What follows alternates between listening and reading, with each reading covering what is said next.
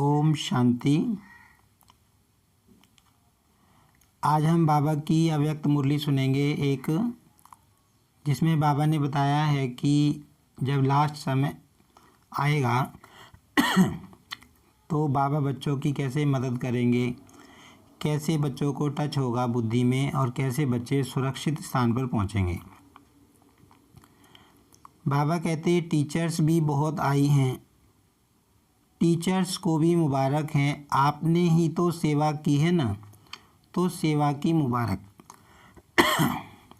बाबा teachers से बात कर रहे हैं।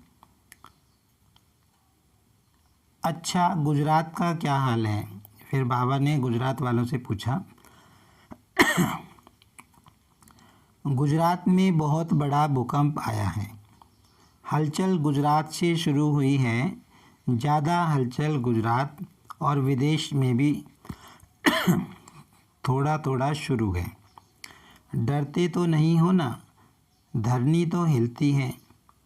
अब बाबा को बताया होगा बच्चों ने कि गुजरात में भूकंप आया है, तो बाबा कहते कि थोड़ा थोड़ा शुरू हुआ है तो तुम डरते तो नहीं हो,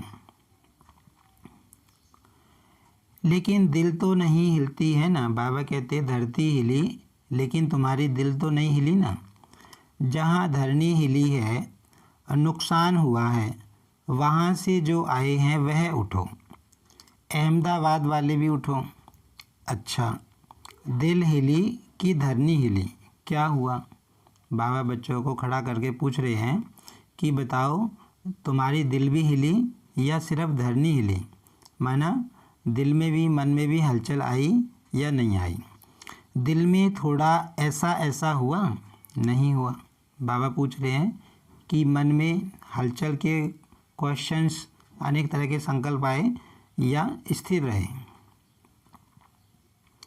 बहादुर हैं। बाप दादा ने देखा कि बच्चों ने अपने हिम्मत और बाप की छत्र छाया से अच्छा अपना रिकॉर्ड रखा। कोई फेल नहीं हुआ, सब पास हो गए, कोई थोड़ा कोई ज़्यादा, नंबर वार तो सब होता ही है हर जगह। बाबा कहते हैं सब बच्चे पास हुए, सब बच्चे मजबूत बनकर रहे, सब पास हुए, बाबा की छत्र छाया में रहे सब, लेकिन पास हैं, मुबारक हैं। सबसे ज़्यादा नाजुक स्थान से कौन आए हैं? बाबा पूछ रहे हैं कि जो सबसे ज़्यादा नाजुक स्थान है, माना जहाँ सबसे ज़्यादा नुकसान हुआ वहाँ से कौन आया है? एक भुज की और एक बचाऊ की बहन आई है। फिर बाबा को बताया होगा किसी ने। अच्छा, भुज में आप तो 1000 भुजाओं वालों के साथ थे। अच्छा, पेपर में पास, बहुत अच्छा किया। बाबा कहते भुज में थे लेकिन किसके साथ थे? 1000 भुजाओं वाले शिव बाबा के साथ थे। आगे भी हिलना नहीं। बाबा कहते आगे भी अगर ऐसा कुछ हो तो हिलना नहीं, अभी तो होता रहेगा, घबराना नहीं, रोज़ होता है, होने दो। देखो परिवर्तन तो होना है ना। बाबा कहते परिवर्तन होना है तो घबराना नहीं है। तो प्रकृति भी अपना काम तो करेगी ना। जब मनुष्य आत्माओं ने प्रकृति को तमोगुणी बना दिया तो वह अपना काम तो करेगी ना। बाबा कहते प्रकृति भी सृष्टि परिवर्तन के कार्य में सहयोगी बनेगी ना, क्योंकि प्रकृति भी मनुष्य आत्माओं के कारण पुरानी हो गई है, पतित बन गई है, तमो प्रधान बन गई है। लेकिन हर खेल ड्रामा के खेल में यह भी खेल है। खेल को देखते हुए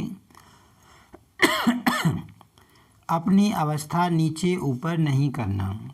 बाबा कहते जो भी होता है, जो भी परिवर्तन होता है, उसको तुम एक खेल के रूप में देखो, तो उससे तुम्हारी अवस्था ऊपर नीचे नहीं होगी। मास्टर सर्वशक्तिवान आत्माओं की स्वस्थिति पर परिस्थिति प्रभाव नहीं डाले। बाबा कहते परिस्थिति भले आए, माना बाहर से परिस्थिति भले आए, लेकिन वो मेरे मन की स्थिति पे असर न डाले, स्वस्थिति पे असर न डाले। और ही आत्माओं को मानसिक परेशानियों से छुड़ाने के निमित्त बनो। बाबा कहते कि खुद का तो ध्यान रखना ही है, दूसरी आत्माओं को भी मानसिक परेशानियों से उनको भी माना मदद करनी है। बाबा कहते हैं क्योंकि मन की परेशानी आप मेडिटेशन से ही मिटा सकते हो। डॉक्टर्स अपना काम करेंगे, साइंस वाले अपना काम करेंगे, गवर्नमेंट अपना काम करेगी, आपका काम है मन के परेशानी टेंशन को मिटाना। फिर बाबा बता रहे हैं कि तुम क्या करते हो कि जो आत्माएं मानसिक रूप से परेशान हैं उनको तुम मेडिटेशन सिखाते हो, तो मेडिटेशन से तुम मानसिक जो भी समस्याएं हैं उनको हल करने में सहयोगी बनते हो। बाबा कहते और तो कोई तरीका नहीं है मानसिक समस्याओं को दूर करने का। तो बाबा कहते तुम अपना काम करते रहो, बाकी जो लोग हैं वो अपना काम करते रहेंगे। आपका काम है मन के परेशानी टेंशन को मिटाना, टेंशन फ्री जीवन का दान देना, सहयोग देना। जैसे वर्तमान समय देश विदेश वाले सहयोगी बन सहयोग दे रहे हैं ना, यह बहुत अच्छा कर रहे हैं। इससे सिद्ध होता है कि चाहे विदेश हो चाहे कोई भी हो, लेकिन भारत देश से प्यार है। हर एक अपना अपना कार्य तो कर रहे हैं, आप अपना कर रहे हैं। जैसे आग लगती है तो आग बुझाने वाले डरते नहीं हैं बुझाते हैं। तो आप सब भी मन के परेशानी की आग बुझाने वाले हो, तो गुजरात मजबूत है ना। बाबा कहते सब देश विदेश जब भी कोई ऐसी घटना घटती है तो विदेश के लोग, विदेशी सरकार और जो खुद की जो देश की सरकार है जो और अन्य बहुत सारे लोग सब मदद करते हैं। तो बाबा कहते हैं वो जो कर रहे हैं वो तो करेंगे ही, लेकिन तुमको क्या करना है, तुमको मेडिटेशन से उनको मदद करनी है, उनको मजबूत बनाना है।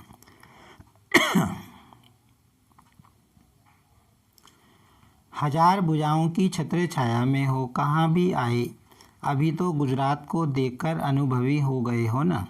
कहाँ भी आए, देखो प्रकृति को कोई मना तो नहीं कर सकता है। गुजरात में आओ, आबू में नहीं आओ, बॉम्बे में नहीं आओ, नहीं बाबा कहते तुम कहीं पर भी हो लेकिन बाबा की छत्र छाया के नीचे हो। तो बाबा कहते जब प्रकृति परिवर्तन दिखाती है, प्रकृति कोई हलचल दिखाती है, तो वो ज़रूरी तो नहीं है कि स्थान पर दिखाए। बाबा कहते कि उसको मना तो है नहीं, वो तो कहीं भी दिखा सकती है। ऐसे तो नहीं भाई कि माउंट आबू में मत आओ, बॉम्बे में नहीं आओ।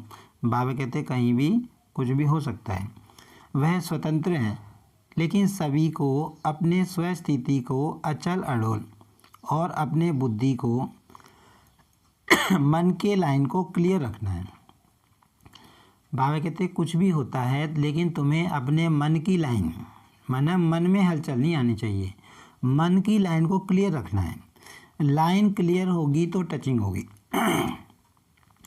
अब बाबा बता रहे हैं कि टचिंग हमको कब होगी, जब हमारे मन बुद्धि की लाइन क्लियर होगी, माना मन में बहुत सारे हलचल के संकल्प नहीं होंगे, बिल्कुल हमारा मन स्टेबल होगा।